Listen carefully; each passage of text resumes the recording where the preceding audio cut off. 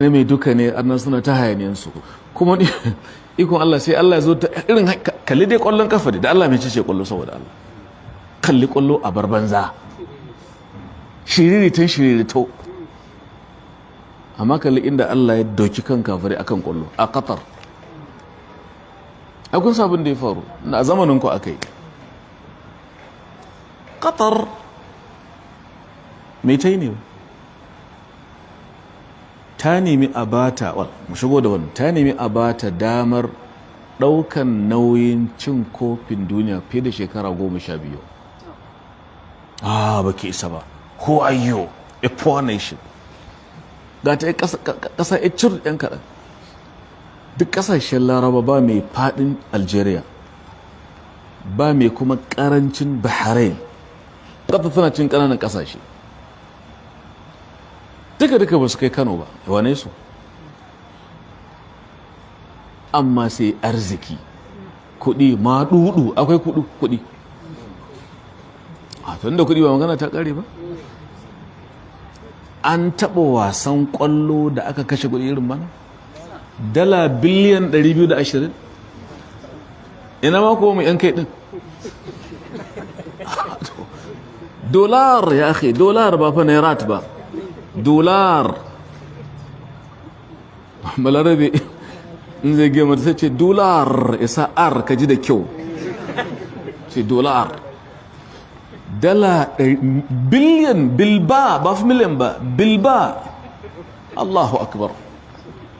220 dala ainihin biliyan daya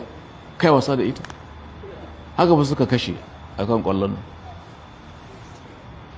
to amma abinda zai baka mamaki yadda kafirai suka yi ta komaji ba isa ba suka yi shuru ashe akwai abinda suke nufi sai da abin ya zo kusa ko da kamar sati suka ce daga dokokinmu ba magana giya ka ce what? ba magana giya ba maganan waɗancan mutane masu aikin banza LGBTQ da sauransu misali LGBT masu lesbianism da ainihin kaza aikin banza ne misali babu kar ku zo mana shi kuma ana kan kwallo sai ka ji malam an fara kiransa a tsaya a yi sallah ka taɓa jin haka? ai malam sai hankalin sai tashi ta ce to menene wannan ne kalli kwallo dai a bar banza yau ta zama kamar waliya imana shi yasa ya tabbata a hadisi Allah in ya ga dama sai ya daga musulunci ko da mutum kafiri ne mutanen Germany da yake kafirai ne ba su da hankali sai yan kwallonsu suka taho kuma da ainihin alamar yan gay LGBT sun nuna taurin kansu nan take suka ba su oda kar ku kuskura ku sauka a airport na Doha. Get out. Ku fita suka na su sauka dole suka je dai suka cire wannan da suka zo shine suka dinga rufe bakin su ai kun ga team din su ai wai ai to an hana mana yancin abin baki ku dan an je kasar ku sai an bi dokokin ku ba ku sassautawa ku zo kasar mutane ku nuna gattarsa da girman kai to wannan sai yasa da yawa suka ce Qatar gashe gikin kyauta gashi dai kwallo ne aikin banza suka gaici fitaccen mai wa'azin nan dan kasar India Zakir Abdulkarim Naik ya je ko bai je ba ai wannan sai ƙara haukata su gwamnatin Modi ta India wannan din ta'adda wanda har kashin shanuci yake inda yana bauta masaniya sun sha kashe musulmi saboda mutum ya ci saniya kwarai saniya bauta mata suke hinduism suka yi mazakir duk ƙarya da suka yi suka ce ainihin yana money laundry suka rufe harkokin shi na da'awa IRF da ke Bombay da talabijin din shi Peace TV wai duk akan me dukiyan wa ya taba kuma duk wanda ya kalli manhajin karantarwarsa abinda ke damunsu ana ta musulunta da yawa 'yan addinin hinduism to wannan shine asalin laifin shi ko kai in ka rike musuluncin gaskiya kai mai laifi ne gari to kai laifin auren su mana ya suka tsira gun Allah ni so ka faranta musu Allah kuma ya gama da kai ya ranka da wani makhluki haka suka raba shi da ƙasar shi ta haihuwa suka janye mishi nationality din yanzu hakan nan bai sai shiga ainihin India ba kuma dan India ne suka ba shi zama dan ƙasan Malaysia ba su kyale shi ba domin abin da ya dame su World Cup kofin duniya ku ce zai wa'azi sai suka dinga rauce ai dan ta'adda ne terrorist ne modi da yake ba shi da kunya ya je gun sarkin ainihin Qatar muna son ai masa extradition hada shi da Interpol suka ce munki gashi ya zo mawazi ni ba da labarin cewa an ta musulunta wannan kara kara ma labari gishi amma of course sun ba da labari da yawa sun musulunta wannan sha'anin Allah ne ai sai ga Usman al-Khamis mai hukubatu min at-tarikh shi ma yaje sai ga Sa'id al-Kamali fitaccen malamin na wanda ke karanta motsa da ka yaje Umar Abdul Kafi ya dewa ne mal abin mamaki ana kwallo sai ga tsayar akwai wanda in suka ji karatu da wani yaro mai ban mamaki al'ajabi wanda yake kamar is physically challenged in kun lura misali wannan ikon Allah ne kawai da yawa suke kasashen Laraba ku duba haka ya kamata in kun ga dama ku yi kira zuwa ga musulunci da kowace irin hanya da Allah ya baka akwai wani malami ko ya sunan shi na manci sunan shi ko Jamil Qutb ne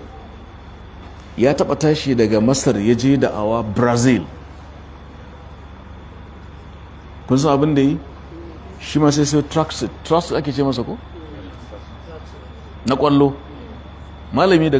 abin kwallo fa kuma sai taron da suka musulunta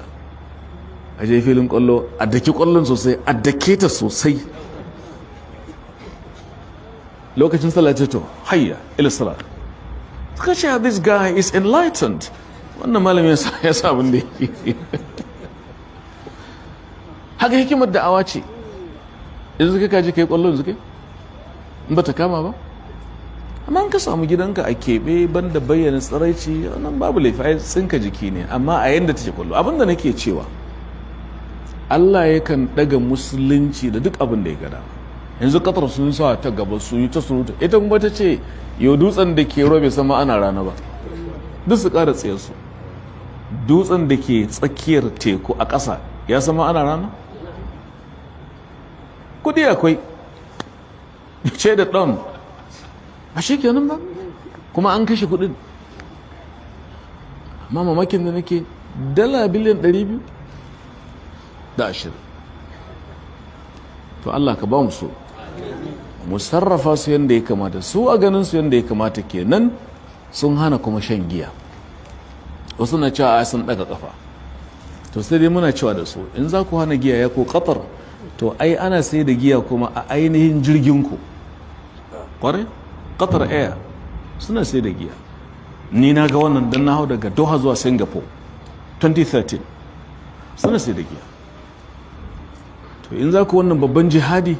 to ku hana a jirgin ku ban sani ba 2013 kusan shekara 10 kila ko kun daina yanzu Allahu a'lam amma ni shaida ne suna irin su Emirates ban hau wannan an ban labari amma za ka yi mamaki jirgin Egypt Air ba sai da giya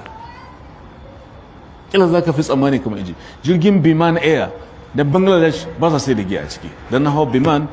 daga ainihin Dubai zuwa ainihin wato Dhaka Bangladesh ba sa sai da giya to ya kamata ashe in za ku yi kokari ku hana sai da giya a airline ɗin ku misali dan wannan jihadi kuka yi babba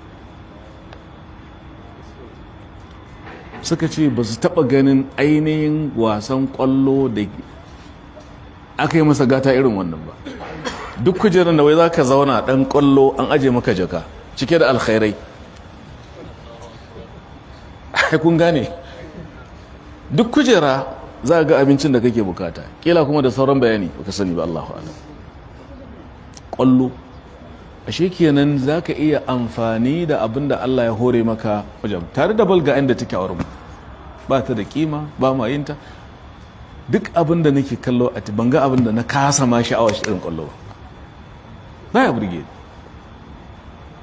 amma kalla sha'anin ubangiji. To Allah ka sa wannan zama shine alkhairi,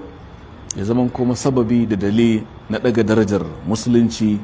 da musulmi duk inda suke. Mu samu wajen kwana ko a lokacin ya cika to shikenan za mu tashi mu sake